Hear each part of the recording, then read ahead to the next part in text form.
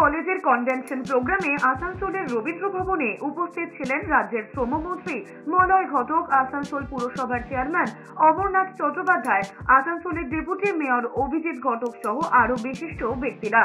হাসপাতালের নার্সিং কলেজের এই অনুষ্ঠানে এখনো পর্যন্ত প্রায় 200 জন ছাত্রী নার্সিং পাশ করে ভারতবর্ষের বিভিন্ন প্রান্তে কাজ করছেন বলেই জানিয়েছেন ইএসআই হাসপাতাল সুপার অতনু ভদ্র।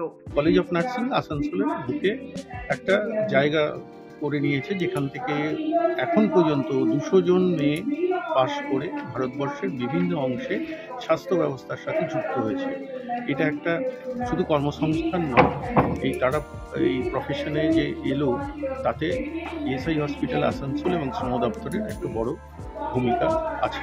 ইএসআই কলেজ অফ নার্সিং বিশেষভাবে আমাদের মাননীয় মুখ্যমন্ত্রী শ্রী মমতা বন্দ্যোপাধ্যায়ের স্নেহধন্য।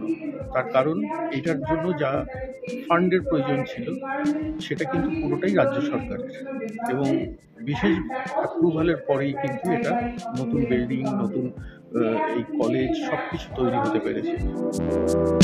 পাশাপাশি সদ্য নার্সিং পাশ করা ছাত্রীরাও কলেজের পঠন পাঠন এবং হস্টেল সহ অন্যান্য নানা সুবিধা পেয়ে থাকেন বলে জানিয়েছেন তিনি।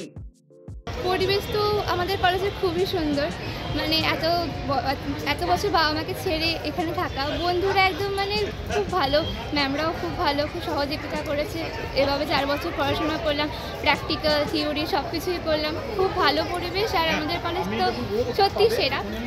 আর এরপরে মাস্টার্স করার ইচ্ছা আছে, পরীক্ষা দেওয়ার ইচ্ছা আছে, এইমসে ইচ্ছা আছে, তো সব জায়গাতেই বসবো।